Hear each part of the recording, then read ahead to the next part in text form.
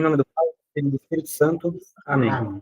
Rei Celeste, Consolador, Espírito da Verdade, presente em toda parte, ocupando todo lugar, tesouro dos bens e dispensador da vida, vinde habitar em nós, purificai-nos de toda mancha e salvai nossas almas, vós que sois bom.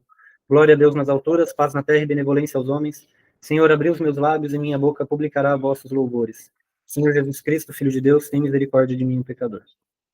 Bom, então, semana passada encerramos o segundo mandamento, pulamos uns 60% do capítulo, mas conseguimos encerrar na semana passada, que é sobre não tomar o santo nome de Deus em vão. E agora vamos para o terceiro mandamento, que é a santificação do sábado, né? A maneira que está no Antigo Testamento, santificar o sábado. E aí a igreja, ela adapta isso para a santificação do domingo e dos dias santos de guarda, porque o domingo é o dia da ressurreição do Senhor.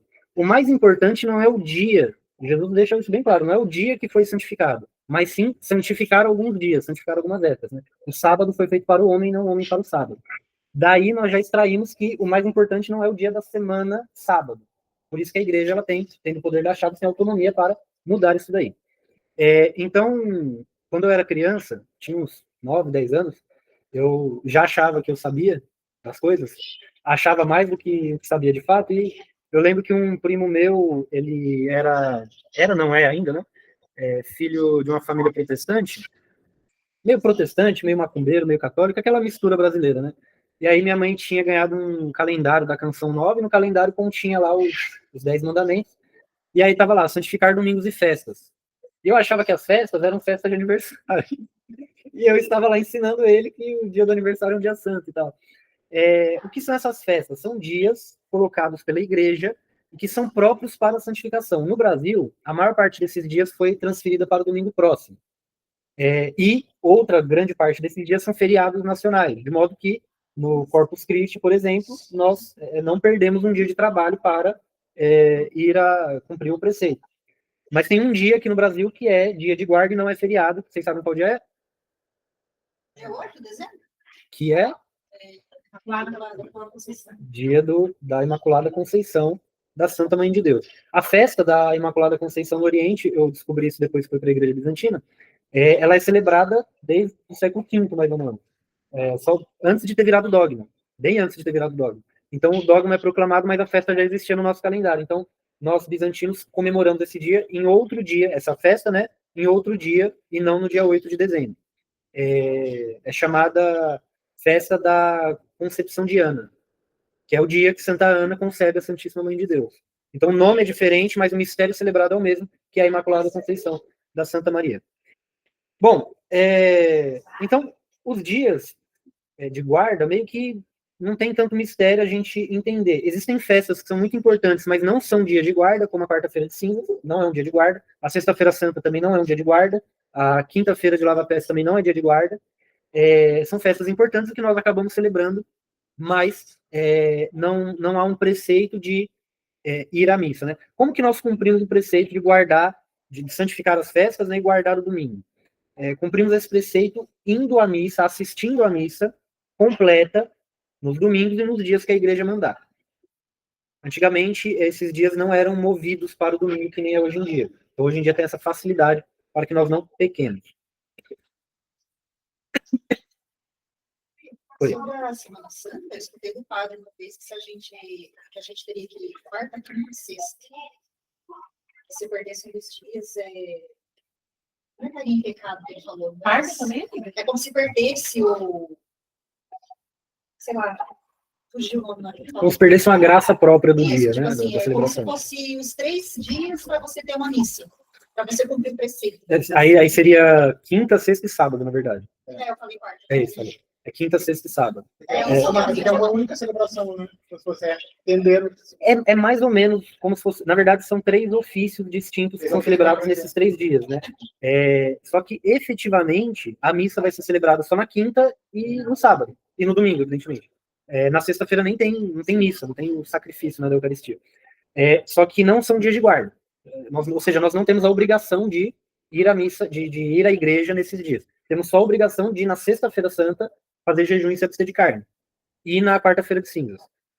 No rito romano, no rito bizantino, tem mais dias de penitência e jejum. Eita, tossi em cima do microfone.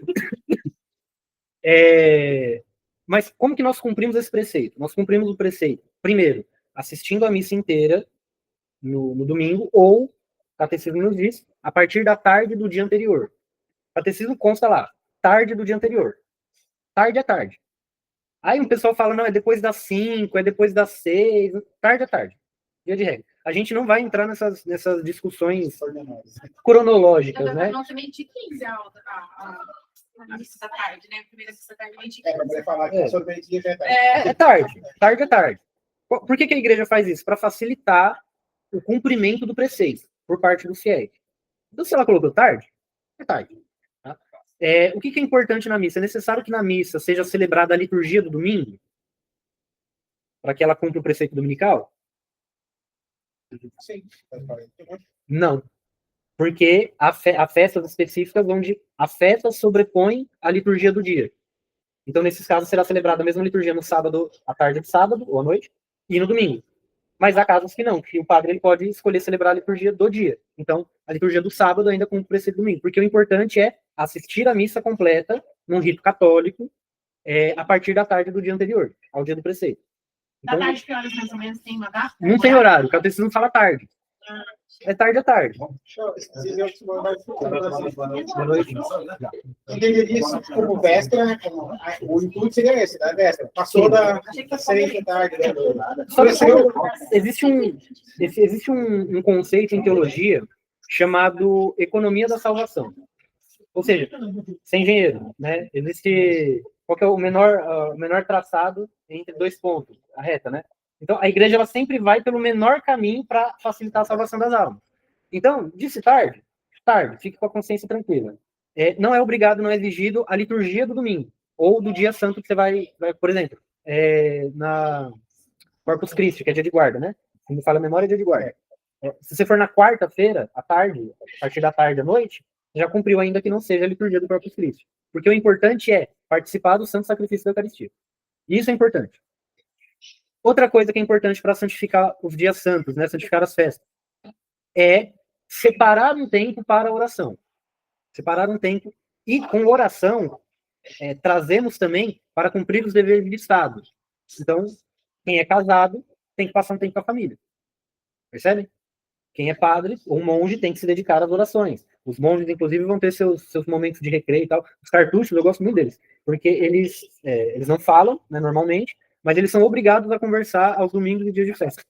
Eles são obrigados a passearem juntos nos jardins e conversarem. Então, nas ordens religiosas, geralmente tem-se um recreio por dia, né? Um momento de recreação lá dos religiosos. Os cartuchos é 1 ou 2 por semana. E aí eles são obrigados a conversar lá com seus irmãos e tudo mais. Quantas vezes? 1 por semana. 1 por semana? Eu vou ter cartucho. Eu digo que você cartucha, gente.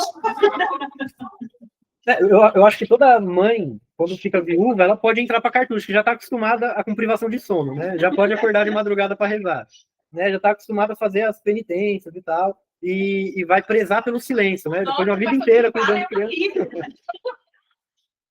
Bom, então, cumpre-se o preceito dessas maneiras.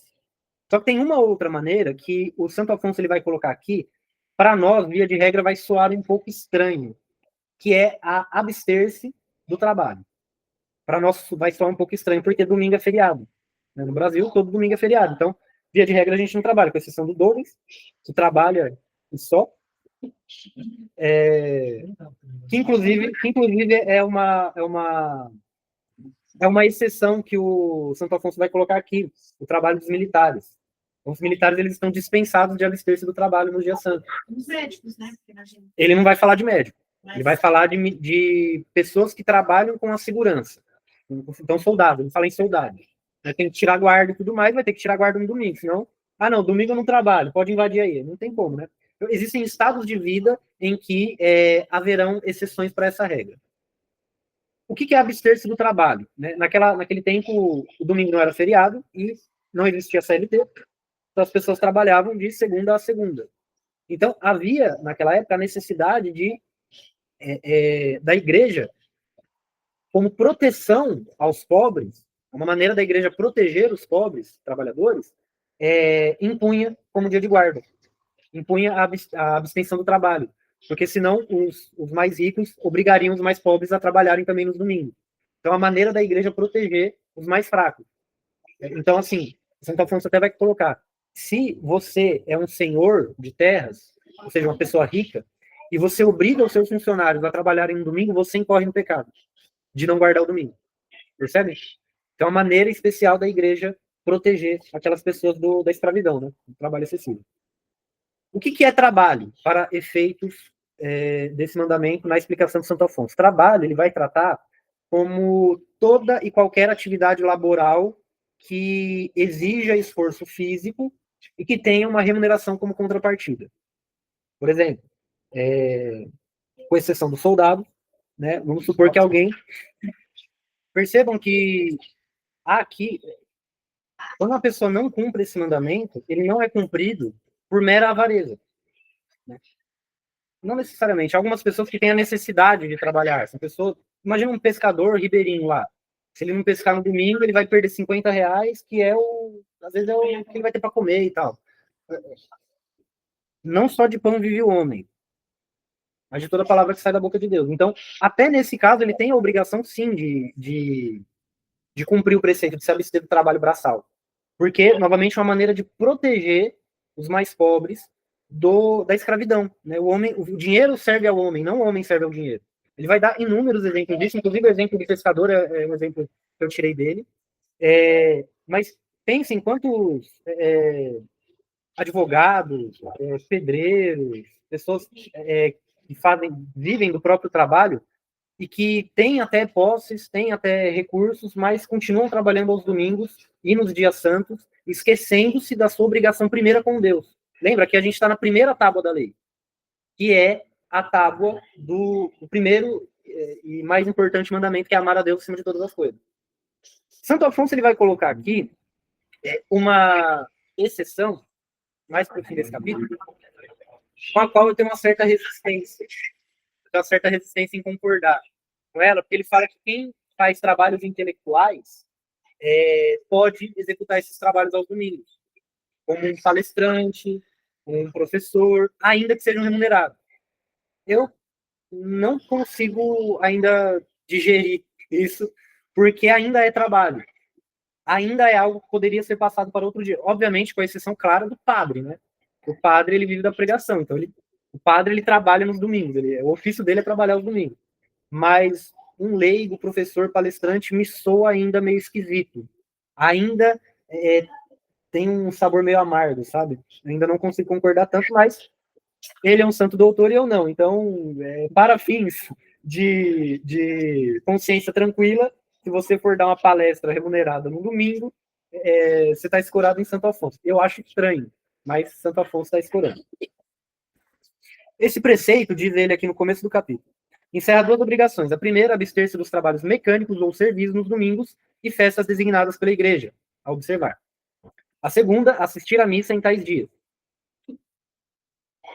Na lei antiga, a festa era o sábado, mas os apóstolos a transitaram depois ao domingo. Dia em que os lugares... dia em outros lugares santificado repetidas vezes por Deus, como observou São Leão. Pois no domingo foi criado o mundo. Jesus Cristo ressuscitou e desceu o Espírito Santo sobre os apóstolos. Então ele vai justificar aqui a questão do porquê que a igreja transferiu para o domingo. Pergunto agora, com que fim Deus instituiu as festas? As instituiu a fim de que, tendo cada qual, nos demais dias da semana, os bens do corpo, dedique-se nos dias de festa aos bens da alma. Percebem? Então, nós temos aqui 6 dias da semana para nos dedicarmos à riqueza, ao cuidado do próprio corpo, etc. E um dia para cuidar da própria alma. Então, assim, ainda está desbalanceado, mas percebem? É um dia. Você botar na ponta do lápis, né? Um dia ou a perdição eterna da alma? Um dia vale mais a pena, né? É mais conveniente. Sabe? Ouvindo missa, também escutando a Divina Palavra, visitando o Santíssimo Sacramento, encontrando-se com Deus e fazendo outras devoções na igreja. Mas em que se ocupam a maior parte das pessoas no dia de festa? Em jogar, embriagar-se, em conversas indecentes. Aqui as festas vão ser estendidas para festas dos santos.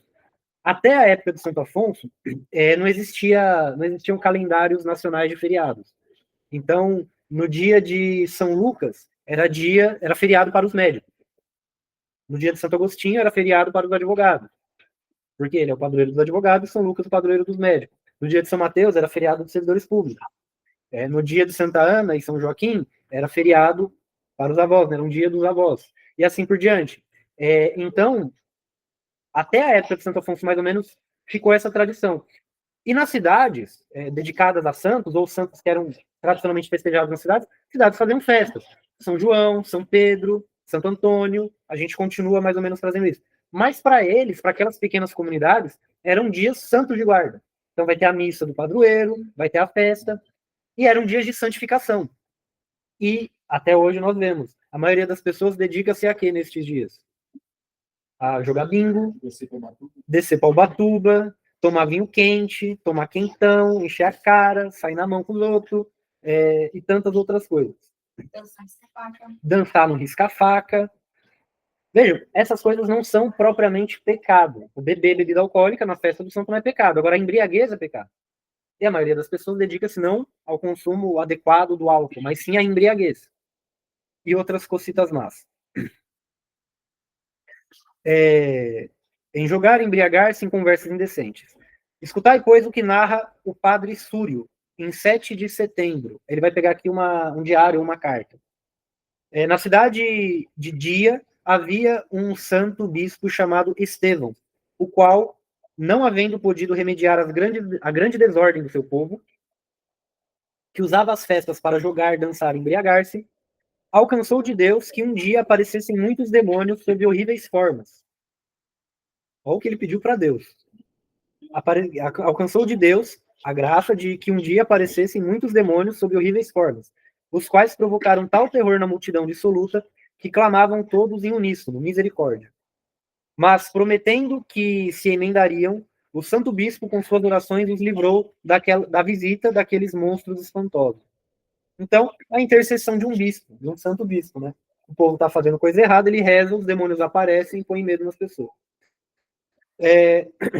Sobre a obrigação de se abster de obra serviço.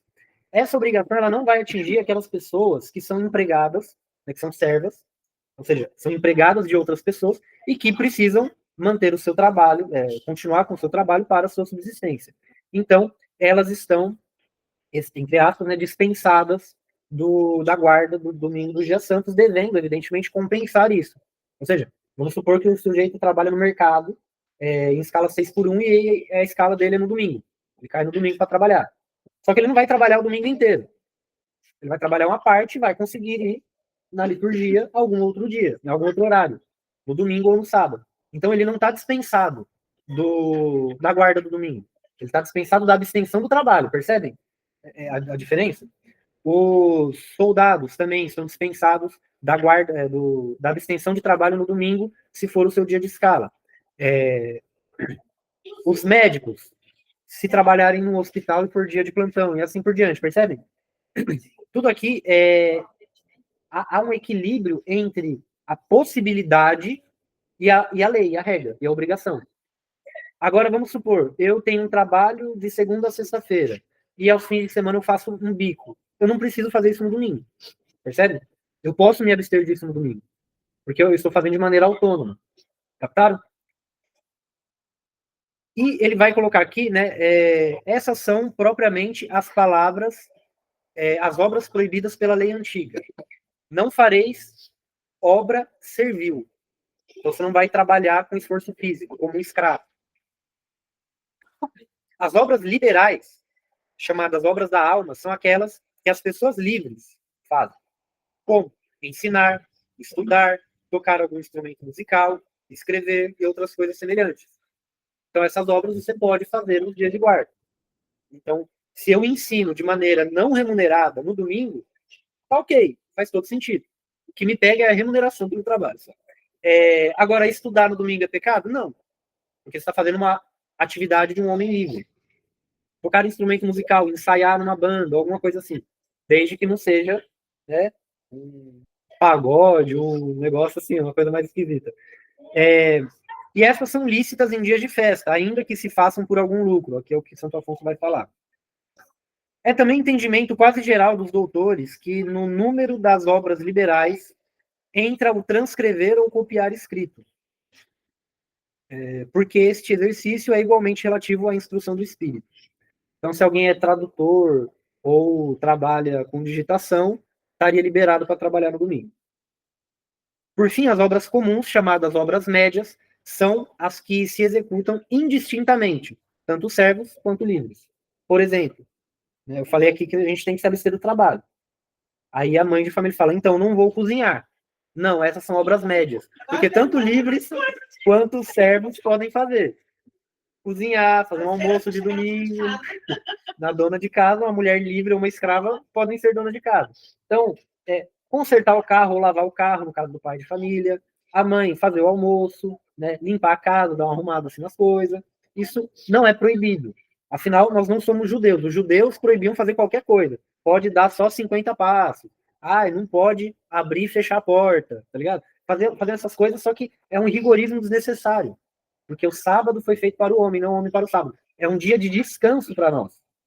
Então, né, obviamente, a mãe ela não vai pegar para fazer uma faxina na casa, limpar do telhado ao subsolo, né, varrer o quintal de terra, sabe? Tem mulher que é doida por ele varre o quintal de terra. Não vai fazer isso no domingo. Vai tirar um tempinho para descansar. Só que fazer o almoço, dar uma arrumada na casa e tal, tá liberado. E no caso dos homens também, fazer algum... Quando a gente trabalha, tem um trabalho muito intelectual, o nosso descanso é o trabalho manual. Entende? Tem até uma história que um professor me contava na faculdade. Um homem saiu para trabalhar no campo e passou na frente da igreja. E aí o padre estava sentado debaixo de uma árvore lendo. Bom dia, padre. Tá descansando? Ele, não, filho, estou trabalhando. E aí o homem voltando para casa, o padre estava com enxada carpindo o lote da igreja. Bom dia, padre. Boa tarde, padre. Tá trabalhando? Ele, não, filho, agora eu estou descansando. Percebe? Para quem tem um trabalho intelectual, o descanso ele vai ser fazendo alguma atividade, fazendo algum trabalho físico. Então também não é pecado nesse caso, porque é um descanso para a alma. Captaram? Eu uma vez um vídeo dos filhos do professor Olavo de Carvalho, esqueci lá do... O Gugu. Isso. E ele falava que o professor Olavo incentivava cada um deles a ter, sei lá, você não mexer mais com marcenaria, você parece mais elétrica. Eu não lembro exatamente o que ele fazia, mas era alguma coisa assim manual que ele está falando. E ele falava que enquanto ele estava lá com a chave de ferro, isso aqui, parece que a parte intelectual meio que ia juntando as pecinhas. Uhum. Quando ele veio, ele tinha um insight. A melhor coisa... Assim, nada a ver. A melhor coisa para quem tem uma profissão ou se dedica muito a trabalhos intelectuais, ou seja, trabalhos intelectuais assim, vai desde gerenciar uma firma até estudar assuntos profundíssimos. São trabalhos que você vai fazer mais no ar-condicionado, sabe? Aqueles trabalhos que não demandam esforço físico. A melhor forma de descansar é fazer trabalho manual. Eu tive uma experiência na quaresma, um pouquinho antes do Luquinhas nascer, como não tinha criança para cuidar ainda, ele estava no forninho, então eu tinha tempo para fazer isso. Eu colocava a vida de algum santo em algum audiolivro, tocando, e eu ficava fazendo combusquines, que são aqueles terços bizantinos. E é feito de fio de tecido e é feito à mão. E ouvia a vida do santo, e fazia o cordão de oração, e aquilo abria um leque de possibilidades maravilhoso.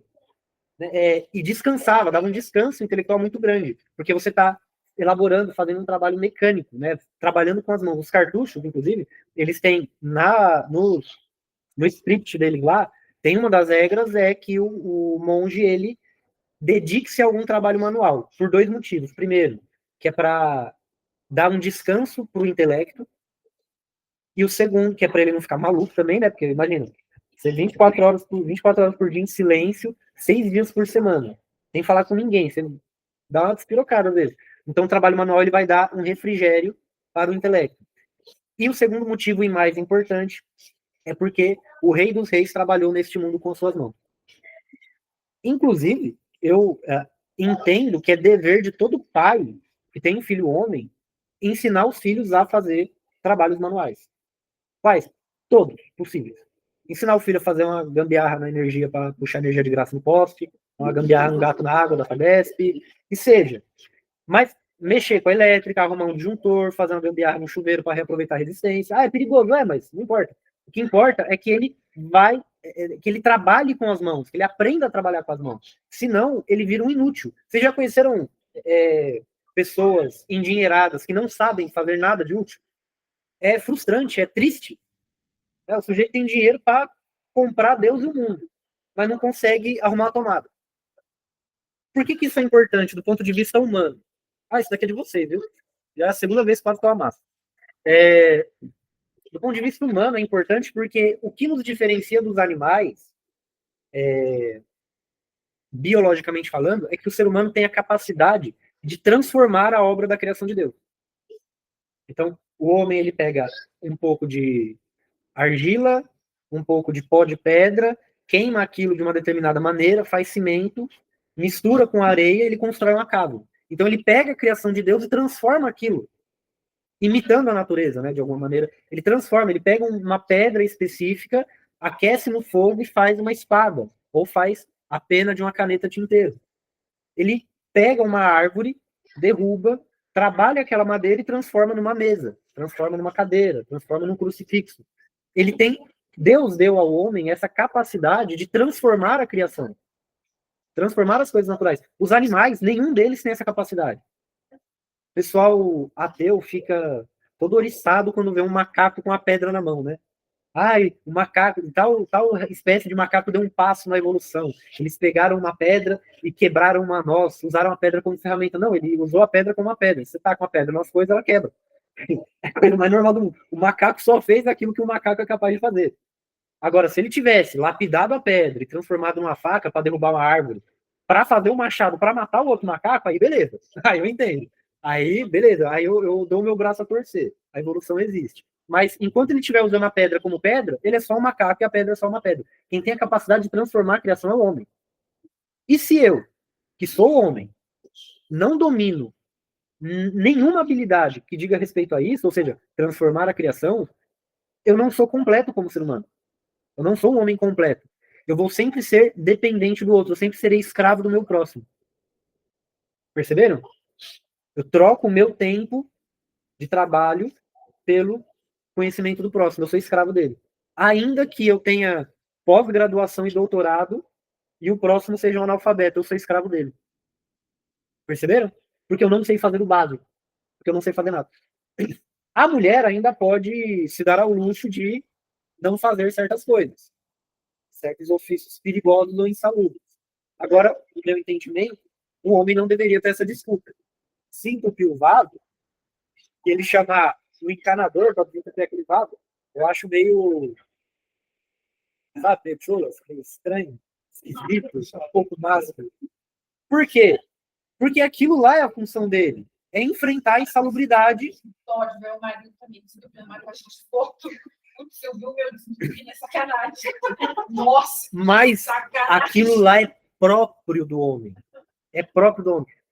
Que, perdão a expressão, que broxante não deve ser uma mulher contratar um cara cujo nome da profissão dele é marido de aluguel. Porque o marido dela não consegue trocar um chuveiro. Tudo bem, falta de conhecimento técnico, beleza. Chama o cara, mas pergunta, como que você tá fazendo aí? Pelo menos tenta aprender, sabe? Joga no YouTube. Quando eu comprei o carro, eu não sabia trocar a paleta do limpador de para-brisa. Nossa, eu me senti muito burro. Aí no açaí eu perguntei para um repositor que estava do lado de fora, eu falei, mano, como que faz isso daqui? Aí ele me ensinou a trocar lá, eu aprendi. Mas pelo menos eu aprendi. Aí esse próximo não precisei chamar ninguém. Mas o quão estranho você percebe que aquele homem não é um homem completo. Porque ele não sabe manipular a natureza. Ele não sabe pegar a obra da criação de Deus e transformar em outra coisa para o seu bem, para o bem das pessoas. Ou, o que é pior do que isso, é o cara que fala, não, eu não faço porque eu tenho medo de levar choque. Sendo que é o homem que tem a obrigação de enfrentar as atividades perigosas. Ou, eu não vou desentupir o vaso porque eu tenho nojo. Mas de levar choque, o cara é muito burro, então é só ir lá e desligar o vaso. Se ele for muito covarde, ele só desliga o negócio. Se ele for meio doido, que o meu pai me ensinou a mexer nas coisas com a energia ligada, né? Primeira vez que fui fazer sozinho, tomei um choque, quase que saí voando. Mas aprendi, fui burro, fazer o quê? Mas, enfim, esses trabalhos manuais, vocês conseguem perceber, hoje em dia nós estamos numa sociedade que existem muitos trabalhos intelectuais, né? E são os trabalhos que têm a melhor remuneração. Então não é pecado uma pessoa que tem um desses trabalhos e precisa descansar no domingo ou num dia santo de guarda, fazer algum desses trabalhos manuais. Não é pecado. A gente não é um bando de fariseu. Nós temos que ter o bom senso das coisas. E o trabalho manual ele é importante porque ele vai edificar a sua alma. Faça um teste. Peguem alguma atividade manual simples, como desmontar a fryer da esposa, para ver o que tem dentro, fazer um crochê, Oi? Arrumei um ventilador. Então, arrumar um ventilador, alguma coisa assim. Façam isso enquanto vocês estão ouvindo algum audiolivro. É uma experiência maravilhosa. Eu ouvi a Odisseia inteira fazendo Ícaris. Lixando madeira, na verdade. Tava lixando e preparando madeira para fazer isso. É maravilhoso, lavando uma louça que seja. Porque, mecanicamente, o seu corpo vai estar dedicado a alguma coisa e a sua mente, a sua alma, vai estar dedicada vai ser mais fácil o acesso às informações que estão sendo transmitidas. Você vai conseguir absorver melhor. Faça uma experiência que vale muito a pena.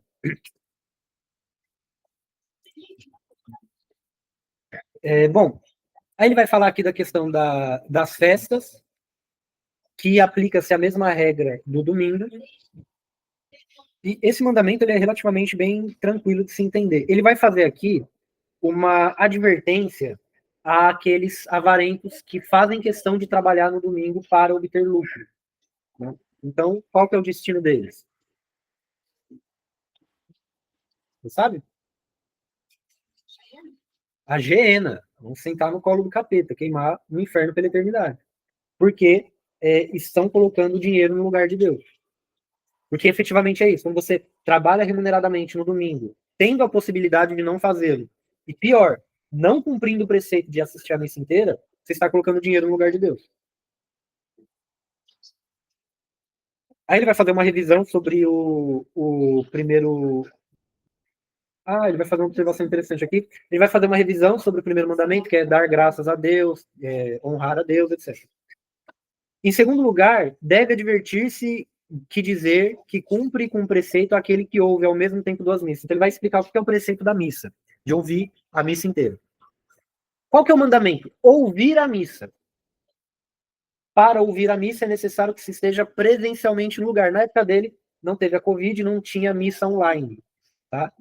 Mas tinham aquelas pessoas que, podendo estar na igreja, ficavam do lado de fora ouvindo. Aí ele fala, isso não vale, você tem que estar lá presencialmente, a não ser que a igreja esteja lotada. E ele vai falar também que é necessário... Hoje em dia, o pessoal faz uma distinção que ela só faz sentido após a reforma litúrgica do Paulo VI, que é, eu não ouço a missa, eu não assisto a missa, eu participo da missa. Não tem essa distinção. O mandamento é ouvir a missa inteira. Santo Afonso não vai falar propriamente disso, só que é necessário fazer-se um adendo. O que é a missa inteira? A partir de qual momento da missa é a missa inteira?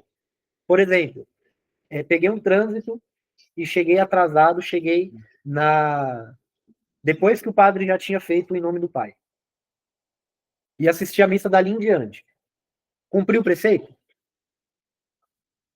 Oi? No domingo. E aí? Por quê? Pelo que eu entendi, a procissão de entrada também faz parte do início da missa. Sim. E por que você falou Na isso? verdade, eu escutei uma outra Pega mais pessoa uma água, uma por vez favor. falando que... O Miguel não tá aqui hoje, não dá pra pedir pra ele. Ele até falou que tem algumas correntes. E alguns falam que você pode chegar até o ápice penitencial, assim, não deliberadamente, né? Sim, Eu vou sim. fazer porque eu quero. Não, eles falam, sei lá, você não... Caso esporádico, né? Sei lá, peguei muito trânsito. Moleque moleque vomitou na roupa.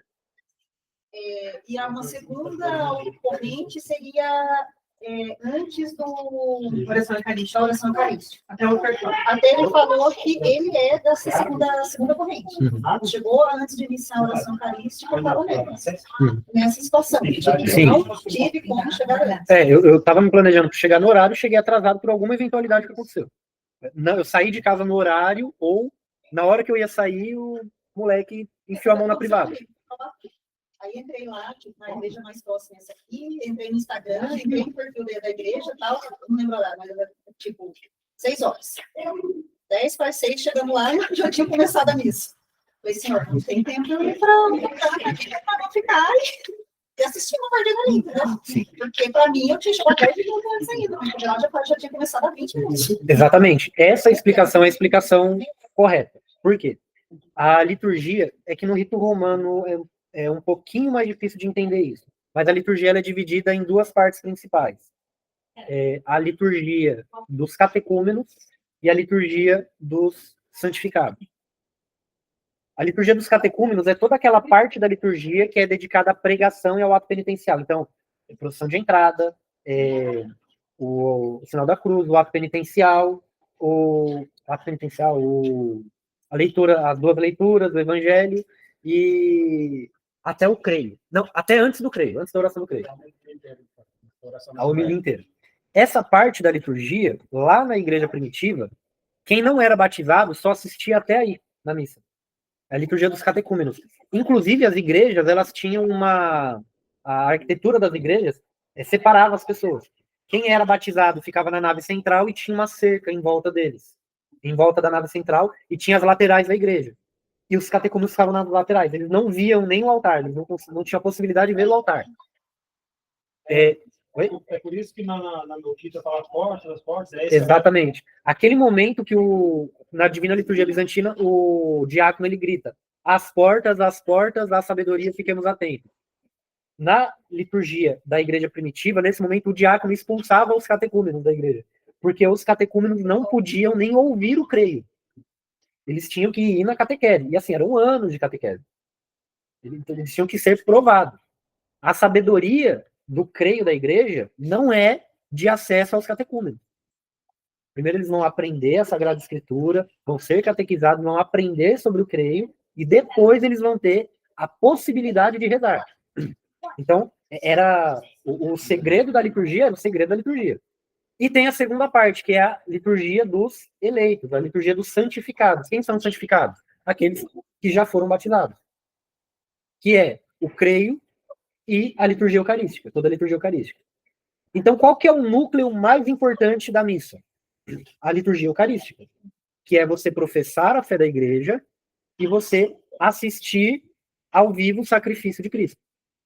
Essa é a parte mais importante da liturgia. Então, eu sou adepto dessa corrente, chegando até a liturgia eucarística, o preceito está cumprido. Porque toda aquela parte anterior é para os catecúmenos, é para a catequese das pessoas. Então, obviamente, deliberadamente eu não vou chegar atrasado nisso. Só que, mesmo porque a liturgia eucarística ela é pequena, ela é curta, né? Dá o quê? Uns 20 minutos, no máximo, esperado. No rito romano é mais curto ainda, né? É bem enxuto. Então, é necessário, é importante que nós tenhamos essa visão, justamente para não colocarmos sobre nós uma cruz muito pesada, muito pesada. Por exemplo, cheguei na missa depois da procissão de entrada, assisti a missa completa, vou ter que ir em outra missa depois. Não é necessário. Ou tem uma missa que o padre ele celebra direito, perto da minha casa, bonitinho. Cheguei depois da procissão de entrada, putz, perdi, vou ter que ir na missa do padre TL para me estressar. Não precisa, não é necessário. Percebe? A ideia é bem deliberada, né? Porque a gente sai atrasado de propósito, a missa começou às 7, 5 para 7 sai de casa. E aí demora 20 minutos para chegar lá. Mas aí é um desleixo da pessoa. O pecado próprio, perceba. Exatamente. O pecado próprio é o desleixo. Deus está em segundo plano. Já descumpriu o preceito dominical e descumpriu o primeiro mandamento, que é amar a Deus acima de todas as coisas. Percebe? Então ele vai explicar aqui. Em segundo lugar, deve advertir-se de dizer que cumpre com o preceito aquele que ouve ao mesmo tempo 2 missas de 2 sacerdotes distintos que celebram. No rito romano novo não existe isso. Antes da reforma litúrgica de Paulo VI, não havia concelebração. Então, se haviam 2 padres na mesma igreja, cada um celebrava num altar diferente. Então, celebrava um no altar mor e outro no altar lateral. Tanto que nas igrejas mais antigas, tem vários altares. Vocês podem ver na catedral aqui. Tem vários santos, vários altares laterais, tem um altar mor que é o do meio. E aí cada padre... Oi? Tem uma missa assim. Eu acho muito estranho. Aí repete.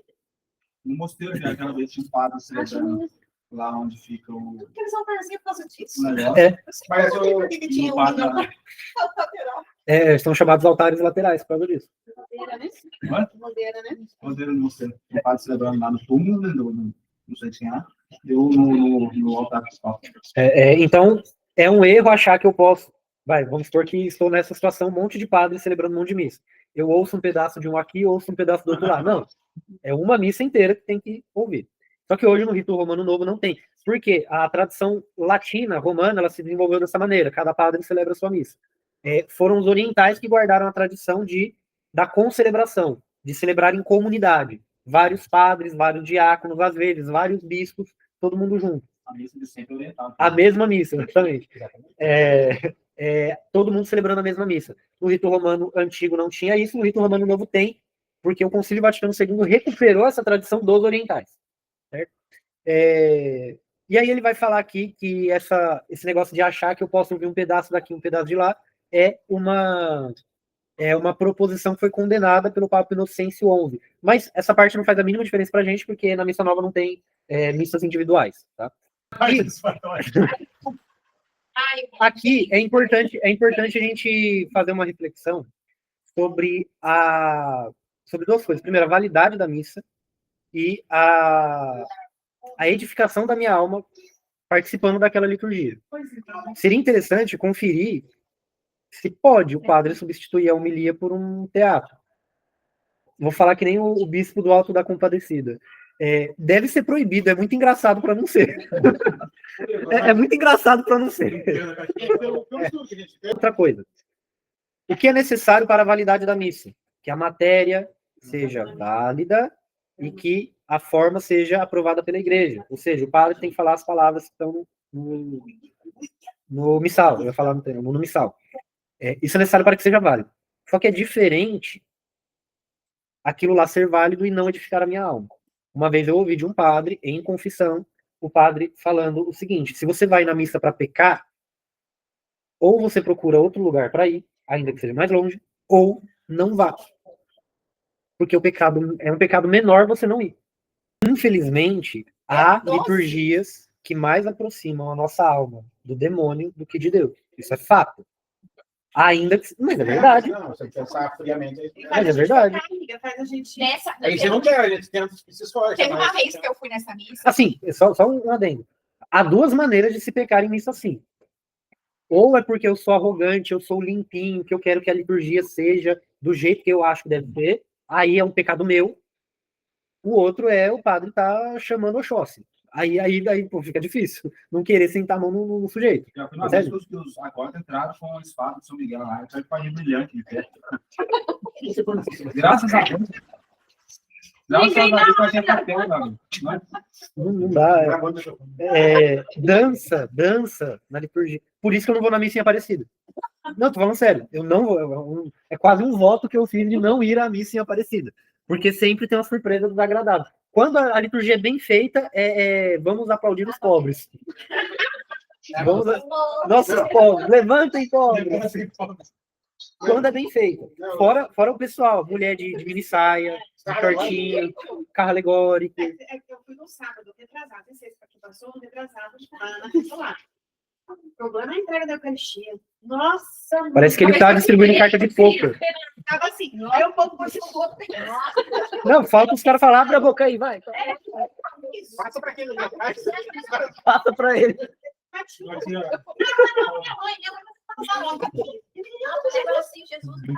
Não, mas nessa semana mesmo da padroeira, é isso mesmo, tá muito cheio.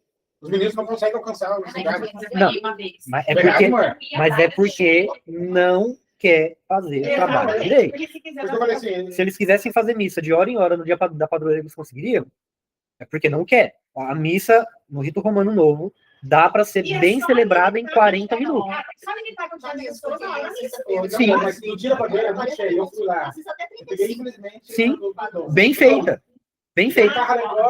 A missa romana, a missa do rito romano, ela só demora de 1 hora para frente, porque o pessoal põe coisa que não tem.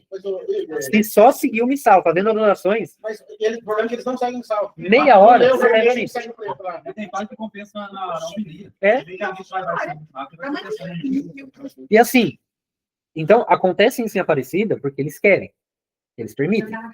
Por isso eu fiz o voto de não ir à missa lá. Para mim é muito melhor. É garantia de que, pelo menos, esse pecado eu não vou cometer. Que é o de querer arrancar a cabeça de pessoa. Bom, Santo Afonso ele vai fazer mais algumas reflexões aqui sobre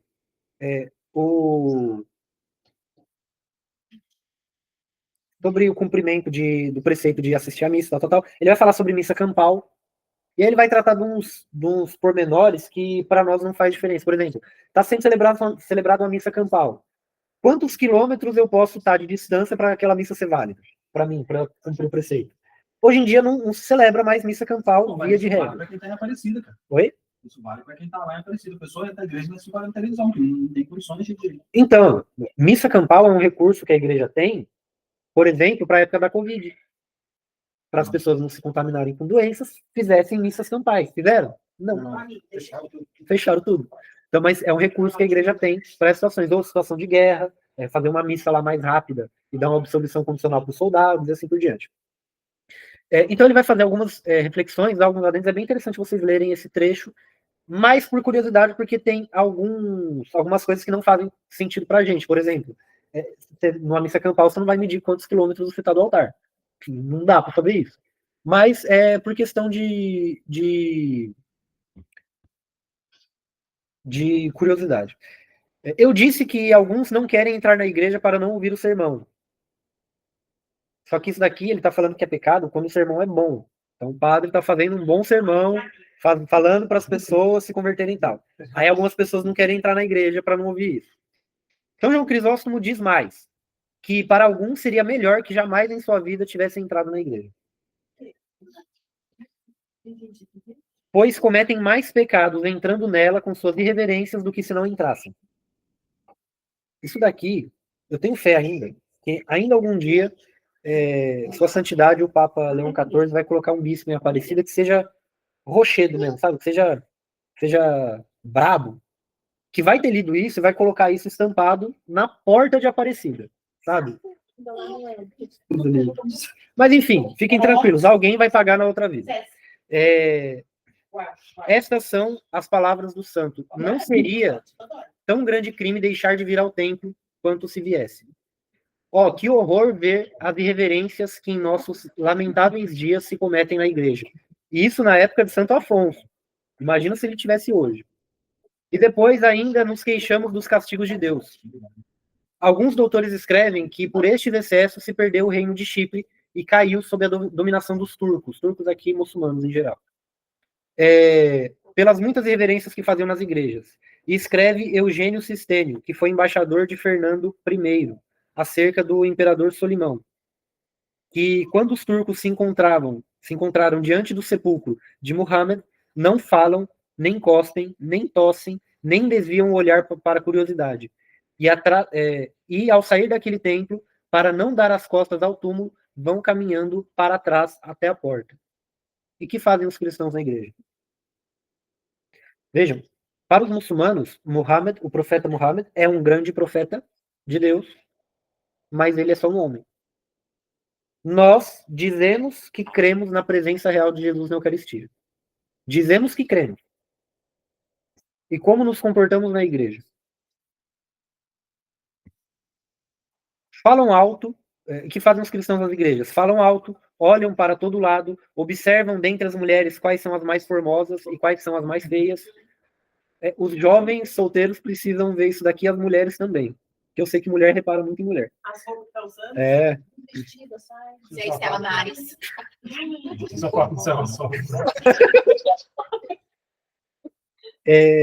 pode entrar lá na igreja. Oi? Não sei. Eu fico olhando porque ela tá com mais novo, né? Não era minha esposa, aí pode. Eu criando malabarismo aqui, ó. Principalmente tô mais com o olho fechado que aberto. Quais são as mais feias? Entregando-se. Quais são as mais formosas e quais são as mais feias? Entregando-se a pensamentos pecaminosos e tem até a audácia de vir cortejá-las na igreja, perdendo o respeito à própria presença real de Jesus no sacramento.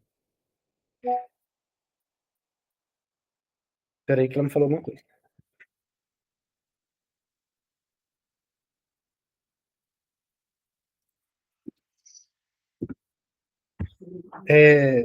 Não, tá aqui. Oh, meu Deus, como não se desmoronam os templos para sepultar-nos em suas ruínas? Como não nos abandona Jesus Cristo? Ele vai usar aqui mais alguns exemplos e fazer essa chamada de atenção para que nós tenhamos, evidentemente, mais respeito na Divina Liturgia. E esse ponto é muito bom para quem for catequista, para quem de alguma maneira ensina a religião para as pessoas, para, né, chamar atenção para essas coisas, né? Nós cremos realmente que Jesus Cristo está presente na Eucaristia? E se a pessoa falar, não crê exatamente nisso, então não vá na igreja. É melhor para sua alma não ir para a igreja. Você é convidado a não vir. Percebe? E também como aviso para nós, para que não nos distraiamos das coisas, né? Na Divina Liturgia Bizantina há uma oração que é cantada antes da consagração, né? Pedindo que Deus afaste de nós toda preocupação temporal, para que possamos receber o Rei do Universo. Então, façamos essa oração, ela nos ajudará, né? Pedir e recebereis. Então, façamos essa oração para que Deus nos dê a graça de participar melhor da Sagrada Liturgia. Dúvidas, perguntas ou questões? Nada? O Luciano, na catequese, na Maria Clara, ele destacou muita importância também da reverência quando passar na frente do altar. Né? Ele falou, e tem gente que acha que é só fazer o sinal na cruz aqui, são uma cruz bem espanta mosquito, né? Não, parar, virar para o altar e fazer o sinal da cruz, isso é muito importante. O respeito com a casa de Deus, porque ali é o templo sagrado. Né? Ele citou aí os muçulmanos, o hindu, os caras têm mais a ver com o tempo que nós somos católicos, temos a presença real ali, né? Então, o Luciano, na catequese, ele destacou muito essa questão. Quando você for entrar na igreja, porque tem gente que já entra e faz na fofoca lá, e a gente olha lá então, conversando. E às vezes a pessoa esquece também, às vezes não é nem maldade. Chega, já vê um amigo ali, já começa a conversa, não faz um sinal na cruz. Porque esses exemplos externos, exteriores nossos, ele acaba evangelizando, porque as pessoas falam assim, né? Nós falamos que temos a verdadeira religião, mas eles têm uma reverência, têm um respeito, uma verdadeira adoração. Sim. E esse respeito, ele tem que ser externo, ele tem que ser exteriorizado, e não é vestir uma roupa, né? Tem gente que acha que basta colocar terno e gravata e já pode fazer qualquer coisa na igreja. Só que nós precisamos fazer isso. E qual que é a maneira correta de entrar num templo católico para os fiéis de rito romano? Entrou na igreja, faz a genuflexão. Se há o sacrário, é necessário, é obrigatório fazer a genuflexão. Até o chão. Né? Sim, não, é a genuflexão, é ajoelhar, encostar o joelho no chão e fazer o sinal da cruz. Se é de rito bizantino, no rito bizantino, a gente não faz a genuflexão. A gente não se ajoelha, a gente só se prostra com a cabeça no chão uma vez, logo após a consagração. O nosso sinal de respeito é ficar de pé. Entendeu? Então, a maneira de se demonstrar respeito é ficar de pé. Então, quando a gente entra na igreja, nós não fazemos a genuflexão. Não é proibido, mas a tradição diz que nós não fazemos. Fazemos só o sinal da cruz. E a reverência, né? A prostração, né? E na liturgia, joelho no chão e cabeça no chão também, né? Que nem os muçulmanos fazem da mesma maneira, tem a mesma prática. Só que nós fazemos para o Deus verdadeiro, eles fazem para o Deus falso. E nós fazemos antes que eles. Né? E antes que eles, inclusive. Nós somos mais antigos. Inclusive, até na comunhão nós recebemos de pé, e após a comunhão nós permanecemos de pé. Quem quiser ajoelhar pode, porque nós estamos no Brasil, mas a tradição diz que nós ficamos de pé. Mas tudo isso falta catequese, né? Porque não, é mais do que um ato de simplesmente realizar, fazer. Mas a gente precisa entender o porquê que eu estou fazendo aquilo. Sim, né? sim. Mas, Dani, É um sinal de respeito. É até uma norma de etiqueta na igreja. Sinal de respeito para o anfitrião que nos está recebendo, que é o Cristo. para entender, porque a gente tem entendido parte com o Michel, que ele explicava. Tem uma instrução no Missal Romano explicando sobre isso. Gestos e posições todos, do povo e do sacerdote. Principalmente o pessoal mais erra.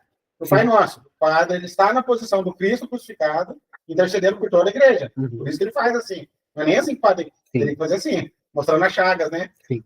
E o povo, no máximo, a posição grande. E todo mundo. Dando a mão.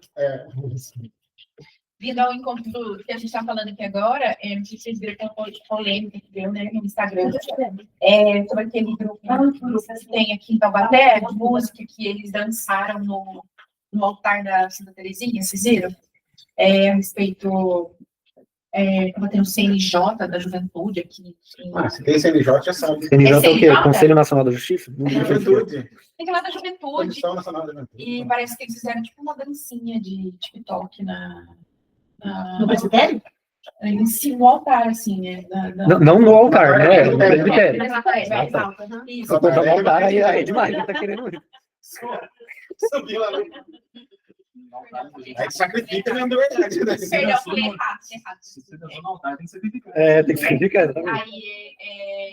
E aí uma moça, eu não me recordo o nome dela, e ela falou, né, que o errado não é dançar, né? O errado é onde eles dançaram, né? E aí tá uma polêmica. Dependendo da dança, dançar é errado. Mas quando eu era carismático, tinha isso direto. O pessoal subia no presbitério, pulava, dançava, fazia um monte de coisa. O pessoal falando que o bispo liberou, tá liberado. E Mas aí, o problema é esse, que não é o bispo que libera, né? Não, o problema é que o bispo não faz nada. Não, Esse é não o é problema. que libera, porque ele não faz. Só que ele não pune. Porque isso aí devia receber uma pena canônica. Tá, mas Esse sacrilégio. não precisa ir mais longe. O que é pecado de excomunhão é que você fez? aí o pessoal falando Ô, que Júlio, o que aconteceu? O quê? O Lancelot? Ah, Ele assumiu o que falou, ou seja, então é uma heresia. Sim. Isso daí já é. O O bispo Lancelot. teria que ir lá certificar. Então, realmente, se ele assumiu que ele está errado, Não, o bispo poderia. O que deveria ser feito é instaurado um processo canônico e o bispo poderia até dar o perdão. não, mas Mas- ele primeiro declarou, ó, Sim, como ele, sabendo que estava errado, exatamente. declarou, é excomungado. Uhum. Agora, se ele vier retratar, eu posso tirar. Sim. Aconteceu isso com o padre Antônio Maria. Ele quase foi excomungado. Em 2008, 2009, ele fez uma. Isso tá no YouTube, não é nem fofoca, tá no YouTube, tá? Ele fez uma. O delito canônico é simulação de sacramento. Ele casou duas pessoas que não podiam se casar, então ele simulou o sacramento do matrimônio. E foi aquele bispo que morreu, gente boa pra caramba, Dom Henrique, que cuidou do processo dele e condenou a se retratar sob pena de excomunhão. Aí tem um vídeo dele se retratando. Tem um áudio. Procurem, é até importante vocês procurem isso. Retratação Padre Antônio Maria.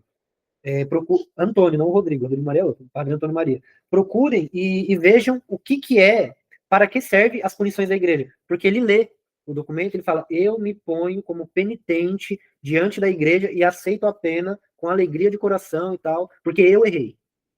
E a igreja, como mãe, mestra, acolhedora, aceita esse perdão e aceita essa punição. Quase igual do Júlio Lancelot, tá? Nossa, idêntico. Eu falei, passei no padre, isso aí. Nem fala o que era. Só vai falar e. Eu vacilei. Eu tô com a igreja, hein?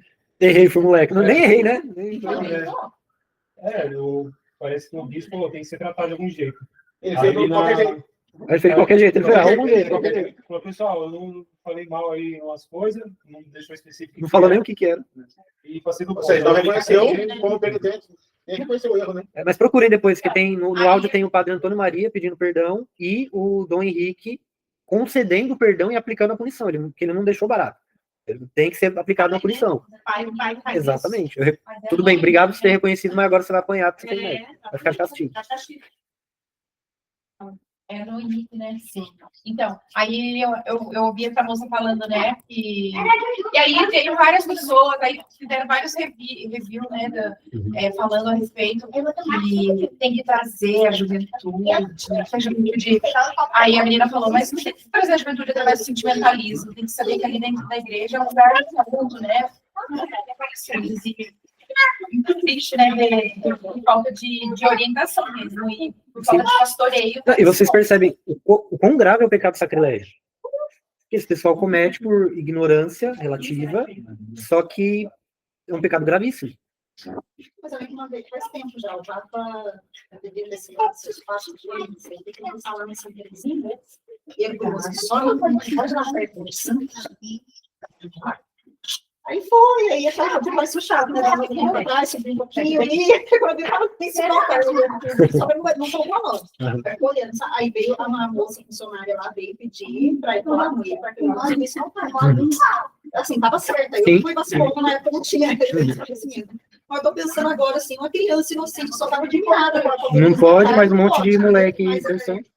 Com certeza subiram ali, alguém sabia. Uhum. Ninguém vai subir em cima gravando um vídeo, sendo que ninguém da igreja. E é importante a gente ensinar isso para as nossas crianças desde a mais tenra idade, né? O Luquinhas, ele serve na Divina Liturgia. Então ele tá no santuário sempre. É a casa dele. Mas quando terminou a Divina Liturgia, ele tá desparamentado, ele tentou subir uma vez, eu dei uma bronca nele. Não tentou subir mais. Porque ele precisa reconhecer que lá é um lugar santo. Independente se está paramentado ou não, se a missa está acontecendo ou não, né? Então, só que se ele está paramentado, o lugar próprio dele é ficar lá no santuário. Mas independente disso, Sim. o respeito tem que ser dado. Exatamente, exatamente. Mas, Igor, a gente volta naquele ponto que aconteceu do Santo Convosco e o outro lá, para vender a ideia a missa de sempre.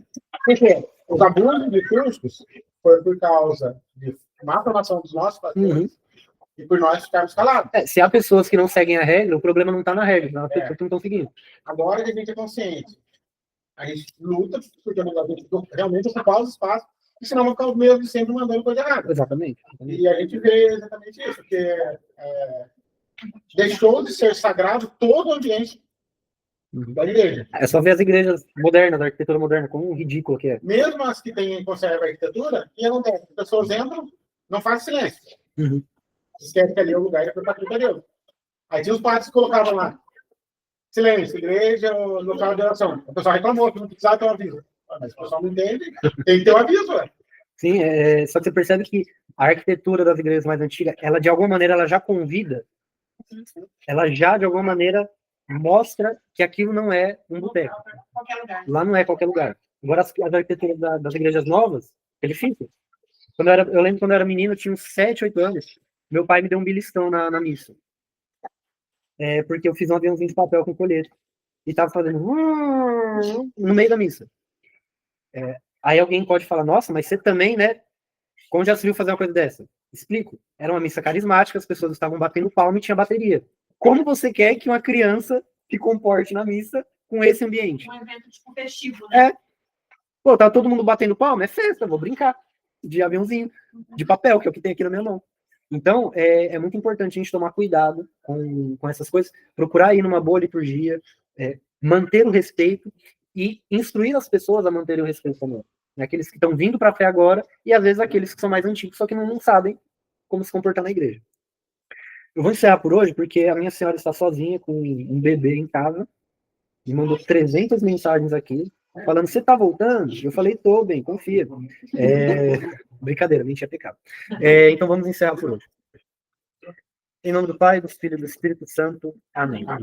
Ave Maria, cheia de graça, o Senhor é convosco. Bendita sois vós entre as mulheres, e bendito é o fruto do vosso ventre, Jesus. Santa Maria, Mãe de Deus, rogai por nós, pecadores, agora e na hora de nossa morte. Amém. Rogai por nós, Santa Mãe de Deus. Amém. Boa noite, até semana que vem, e a gente está no capítulo